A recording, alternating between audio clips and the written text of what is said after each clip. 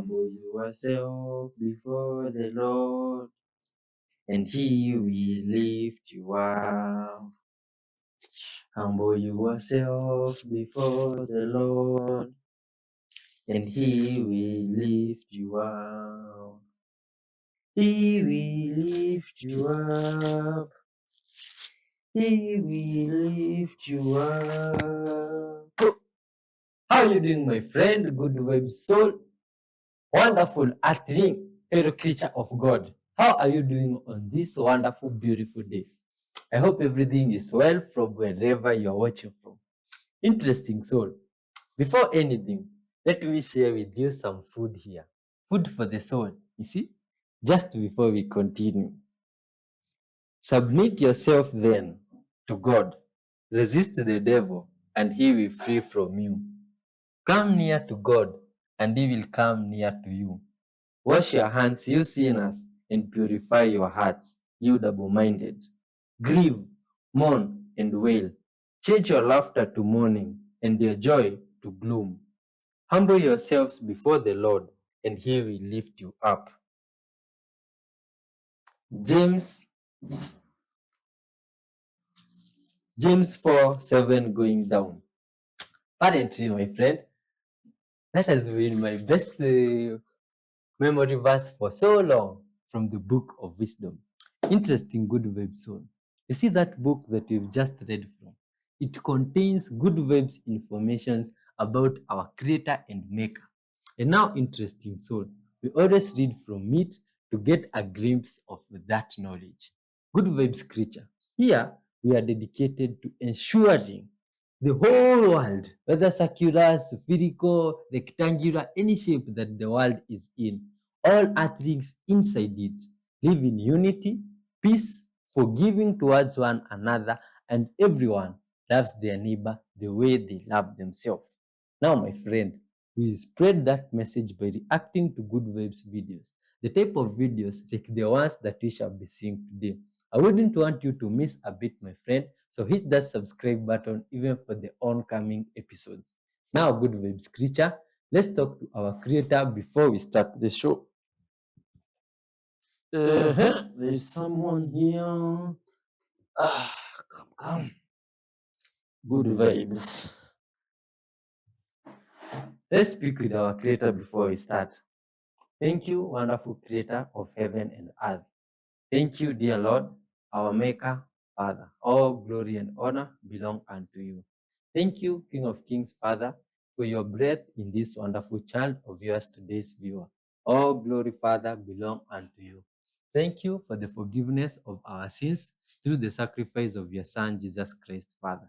Dear Lord, we ask for your favor, guidance, intervention, and your spirit to be with us till the end, Father.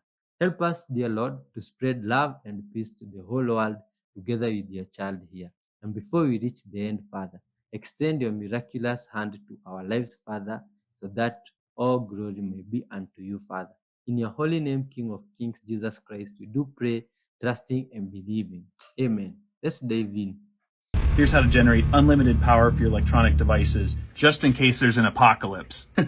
That would never happen, right? First thing you're going to want here is a rare earth magnet that is diametrically magnetized. Item number 2 is going to be magnet wire. Item number 3 is going to be a little bit of your own ingenuity, but I'm going to tell you how to do this at an abstract high level. Here's all you need to know. A conductor in a changing magnetic field will have a voltage induced from one end to the other. That voltage can be used to create a current across a load. So in this example here, I just have the world's simplest generator. It's just like 2 loops of copper wire, okay? And this follows the right-hand rule as you go from north to south through the magnet. Now I'm going to show you electricity being generated on this oscilloscope. That just shows the voltage waveform. This current is just going to flow around one coil, and then it's going to transition over to the other coil and then back, okay? And that's our circuit that you'll see on the oscilloscope. So I've colored one of the poles with a Sharpie so that you can see what's going on in this magnet. And it's diametrically magnetized, as we said, and we're just going to rotate it on this hand drill and see what happens. Watch the magnet, the coil, and the waveform.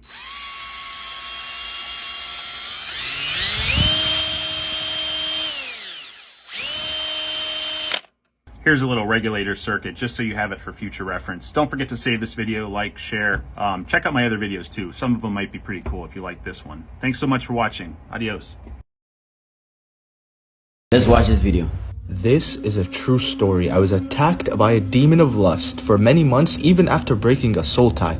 Let this serve you as a warning, so you can be careful. Just because you can't see the spiritual realm with your own eyes doesn't mean it doesn't exist. I was in a sinful, toxic relationship with somebody who wasn't equally yoked. Both of us knew that we had to walk away at one point in our lives, but it was almost impossible to do so. It was a cycle of constantly going back to each other and realizing it wasn't going to work. But we were held captive by this demon of lust, a very, very dark entity. Something really weird would happen. Every time we would go back to being intimate and breaking God's law, I felt almost soulless, drained of life. Almost like something else was holding me captive. It wasn't me controlling my own body. When it was finally over, the most terrifying time of my life came. For many months after, every time I would go to sleep, I would be tormented. This dark figure, a dark entity, would hold me captive in my sleep until I woke up to a wet dream every time. This happened the minute I left the toxic situation, no longer feeding that demon what it wants, giving my life up to Christ and starting social media. Even when I wasn't sleeping, I was anxious. I was always fidgety. The demon inside was irked. But what truly drove that spirit away was me surrendering to the Lord. It's no longer my rules, it's His. Let's watch this video. What happens in the spiritual realm when we dress inappropriately? And I know this is a sensitive subject because someone might say that the way that we dress has nothing to do with our spiritual lives. But does the Bible say this? In the spiritual realm, there are what we call seductive spirits. And usually these spirits cannot manifest themselves without a physical body. So what they do is find somebody through which they will manifest and express their personality. And the primary way that they seek to manifest themselves is by making that person to expose themselves by dressing seductively. If you're somebody who only feel handsome and beautiful when you wear revealing clothing, I would advise you to really seek prayer and deliverance. And someone might say, I'm not trying to seduce anyone. I just like how I look in this clothes. Intention isn't everything. That is why the Bible says that we should abstain from every appearance of evil. That means if it looks like, if it's given, we should run away and don't look back like Lot's wife, regardless of our intentions. And we need to be honest with ourselves about the message our clothing sends. And this is why certain people have an aura of lust and seduction. And I would advise you don't follow people on social media who post half-naked and seductive pictures, because that's a manifestation. Because the desire is to be seen, it's to promote lust. Not to encourage you to look on God, but to look on the flesh and be bound to lust. I love you guys. So this person got face tattoos. Almost never is this a good idea to get face tattoos, but we're using a Cutera Q-switch laser. A Q-switch laser is going to fire very quickly into the skin to generate less heat, which means less risk of burning the individual. We see that the tattoo starts to fade immediately, but there is a bulk heating effect going on in the skin, and that's why it turns white. We're developing like little air pockets under the skin. As that inflammation goes down, the color is still going to be there. What the laser tattoo does is it breaks up the pigment particles under the skin into smaller and smaller pieces, which allows the body to digest them and take them away. Some of that's going to end up in the lymph nodes. You could biopsy those lymph nodes years down the road and probably see tattoo pigment in it. But as we break up those pigment particles under the skin, they actually become small enough that the body can get rid of them out of the skin, and the tattoo fades with time. If you're trying to influence somebody, so you want them to do you a favor, instead of reminding them of what you've done for them, you remind them of what they've done for you. So you're fed their self-opinion. Their self-opinion is, I'm a great, generous, kind person. I did something good for you. Now I'm motivated to keep up that opinion you have of me and keep doing good things for you. Is a fetus a parasite? Before you say no, let's do a little learning. Right off the bat, let's talk about the womb, because this is always packaged and sold as like this nurturing environment, when in reality, it's more like a containment unit. And I say this because an embryo, a fetus, will implant anywhere it can. A uterus is not required, unless you want the host to survive. And this ability to implant anywhere comes from the incredibly aggressive nature of the human placenta. And if you didn't know, the placenta is a fetal organ. It belongs to the invader. And this whole process, this attachment starts very early on when you get a fertilized egg that literally starts to digest its way into the endometrium of the uterus. And even when it is in the right place, contained in the uterus, sometimes it can actually grow right through into places like the intestine and the bladder. Here comes some of those blatantly parasitic behaviors. A fetus at all stages cannot breathe on its own, nor can it process any kind of food via its own digestive system. It has to siphon off oxygen and nutrition from its host, the mother. On top of that, this little freeloader is also going to outsource all of its waste disposal needs, which may not sound so bad until you realize it can cause systemic organ strain in the person carrying it. In order to handle this extra demand on the system, a person who is pregnant may have to increase their blood volume by 40%, which means their liver and kidneys have to work harder. Their heart may actually get bigger. In this game of nutrient theft, calcium is one of the main targets. But let's say the mom is nauseous and can't meet the requirements of the fetus. It still needs calcium in order to build its skeleton. And it is not going to go without, so it will sequester what it needs from the mom's bones. And this can increase her chances of getting osteoporosis. And then there's this thing called glucose prioritization. A fetus's demands for glucose is insatiable. But again, it's not going to go without, so it uses chemical messengers to make the mother less sensitive to insulin, thus raising her blood glucose level so it can use it. This is known as gestational diabetes. At a base level, being pregnant is kind of like having organs from someone else inside of you, because genetically it's 50% someone else. So have you ever wondered how someone stays pregnant when there is a foreign body, literally, inside of them? Well, it all comes back to that parasitic behavior where that early embryo and all through the pregnancy, the placenta is used to exert hormonal control, basically hormonal hijacking to make the body stay pregnant. And it's not just hormonal control, there's active suppression of the pregnant person's immune system. Because if by some chance the mom's immune system becomes aware of that fetus, it will absolutely destroy it. And what we've talked about here, we've barely scratched the surface. Once you see all the crossovers, it's hard to see a fetus any other way. Plain, but it just looks incredibly bright. What the heck? Did I just record? What? What? Alexis, I don't think that's a plane. Why?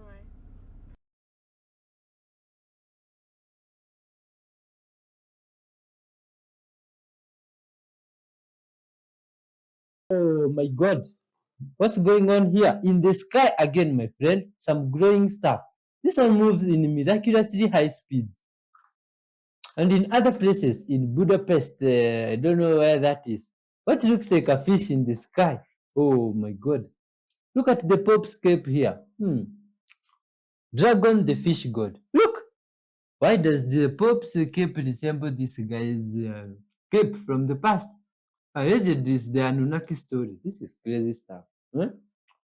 I mean, these guys could be knowing things that they don't tell us about. Look at his staff.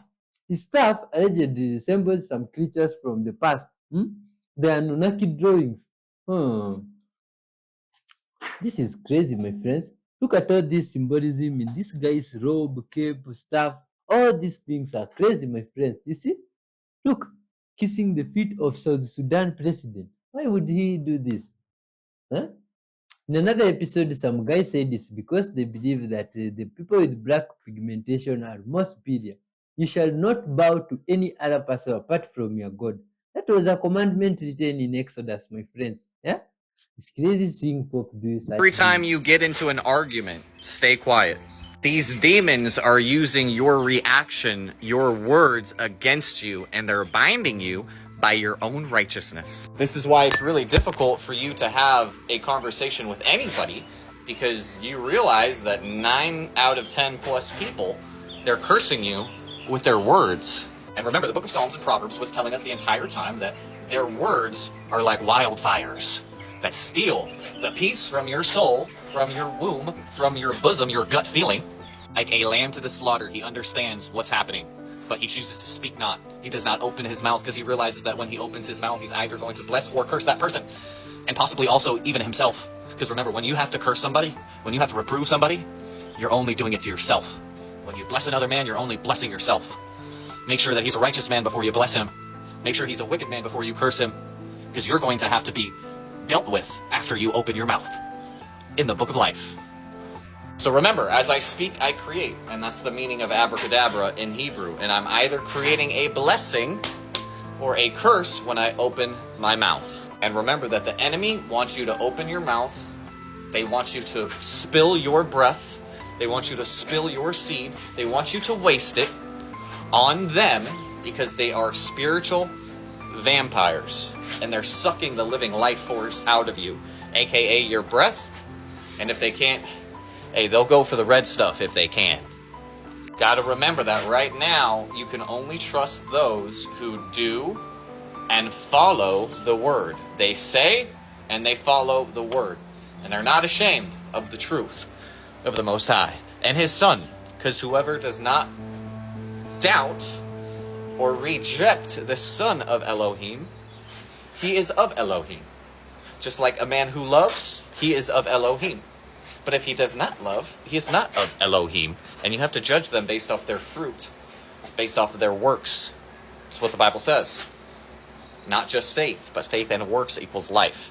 That's also why we ended up making y'all the Health Bible. Everything that you need to know just about regarding life. Jacob's link. Has everyone by now seen the video that the guy made about the place in Antarctica, and NASA's finally owning it to where they're admitting that time flows backwards?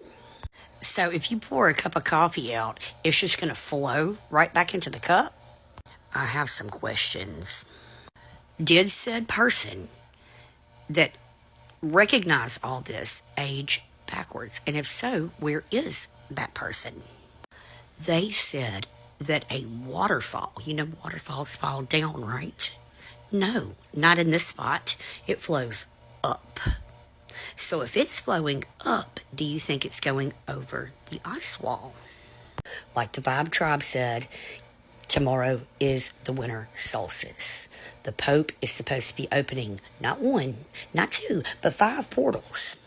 She had a very interesting theory involving all of this with the drones, the blinking lights, and I wonder, like she said, if we will be moving into 5D. Because if this in fact is true, and we are located here, the waterfall that's flowing backwards in my part of this theory is going over the ice wall. Morris said in Lands Beyond the Ice Wall, his recount of things, were that the people that they met when they got sucked through the ice wall, Tolliver, from the Ancestral Republic, told him very specifically that the people where he was from, where Morris is from, which would be here, that they were a barbaric race. All they want to do is fight, have wars, and have slaves. This is a generational standoff between the people here and over there. And essentially, we're being held here against our wills. Morris said that time moved differently there. Okay? Kind of like people in biblical times lived like 800-900 years. Okay? Well, he said that time moved differently there. You could be like 80-90 years old in our time and still look younger than I do right now.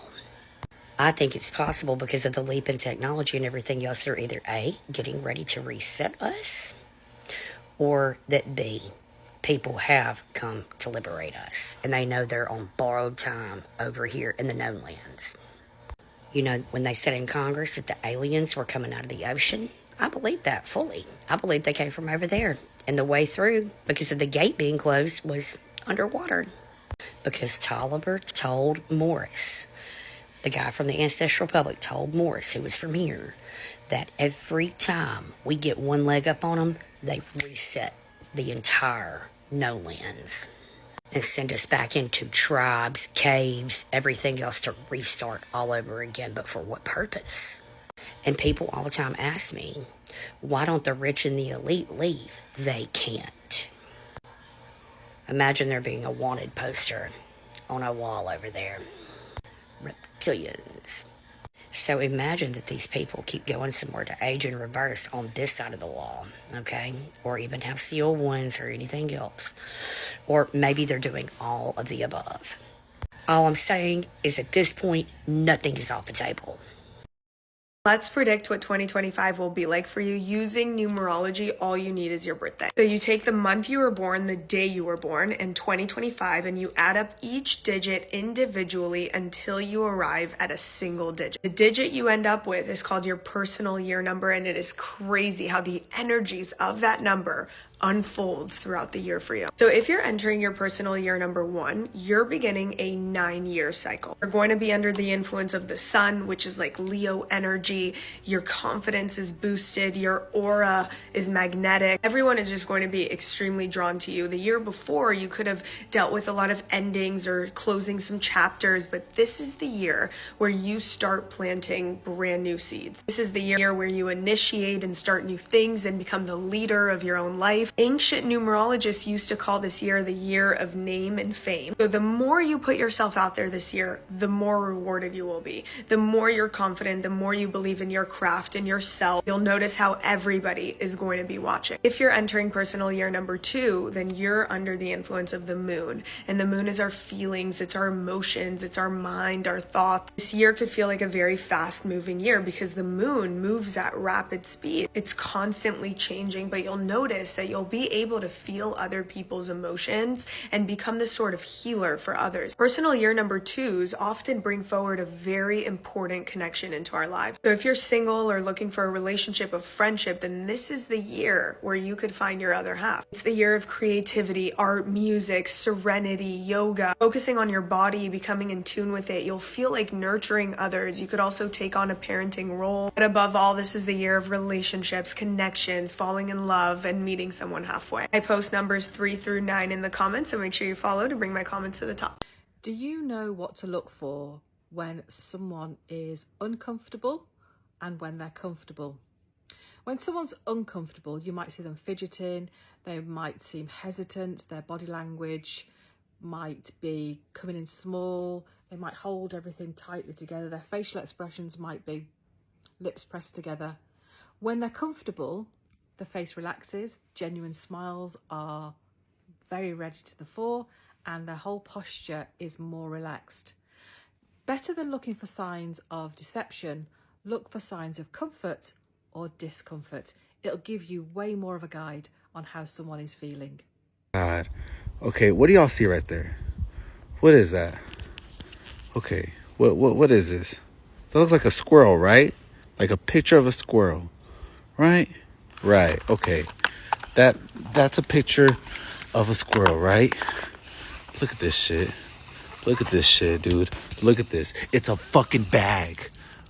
What the Hold on, let's go back. Oh my god.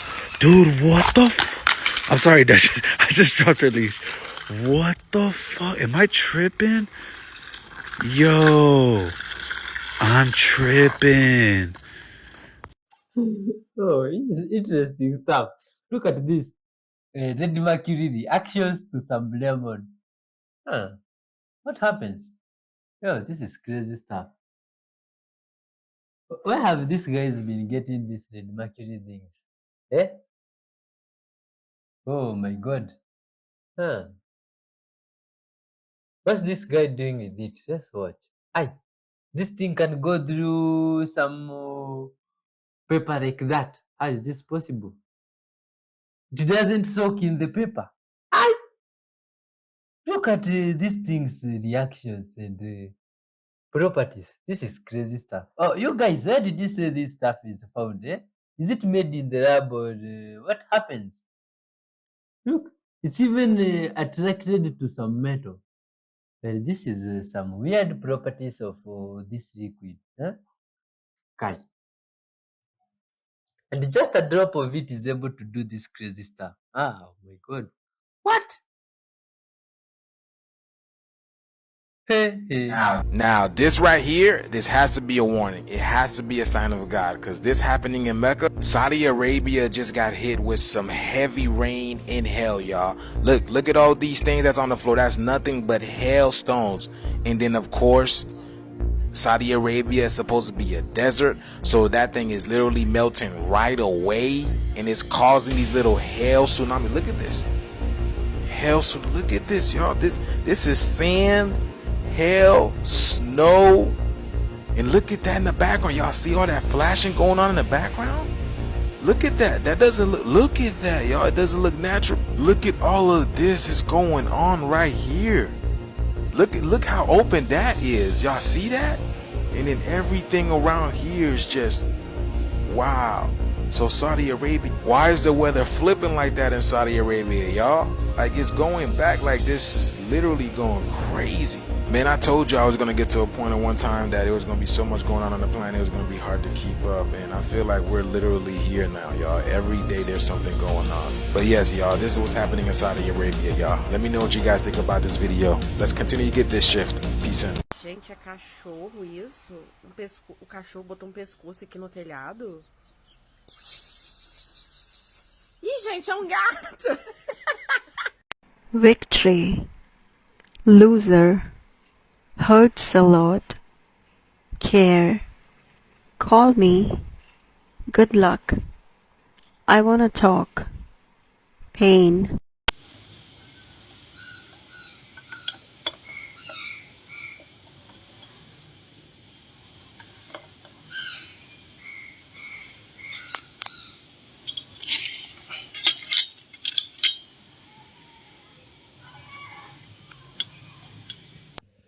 Greetings, this is Wayne G. Hammond here, and today we're going to look at sacred geometry.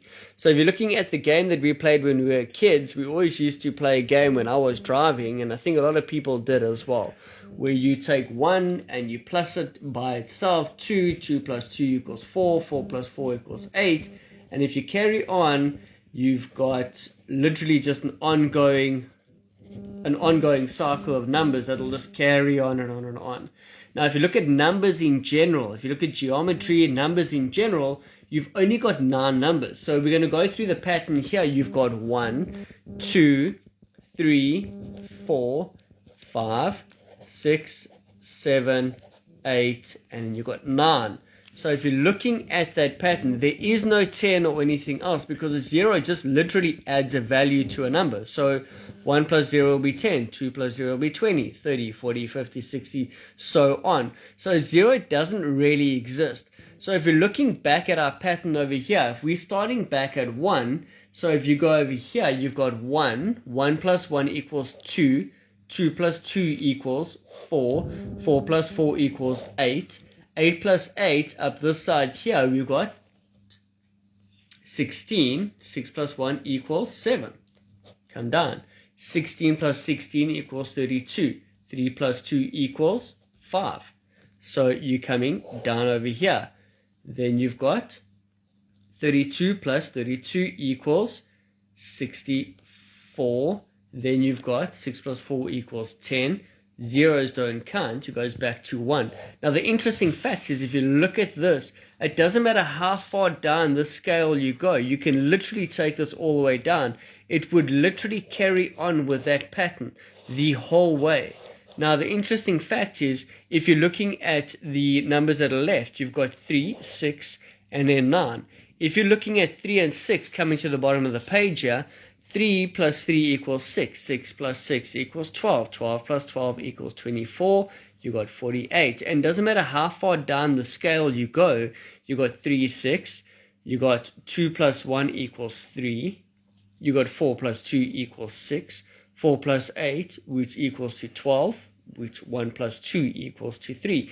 So you're literally, from this scale over here, you would consistently be going 3 to 6. Doesn't matter how far down the scale you go. Almost like energy transferring, like an electron bouncing back and forth between live and neutral, whatever the case is. So you come back down here. If you look at 9, which is the superior number, you've got 9 plus 9 is 18. 18 plus 18 is 36. 36 plus 36 would give you 72. If you're looking over here, you've got 1 plus 8 equals 9. 3 plus 6 equals 9. 7 plus 2 equals 9. It doesn't matter how many times you go, the 9 will never move. It'll stay here. Even if you have to divide it. So if you're looking over here, you got 9 divided by 2 equals 4.5. 5 plus 4 equals 9. You got that divided by 2. You've got 2.25.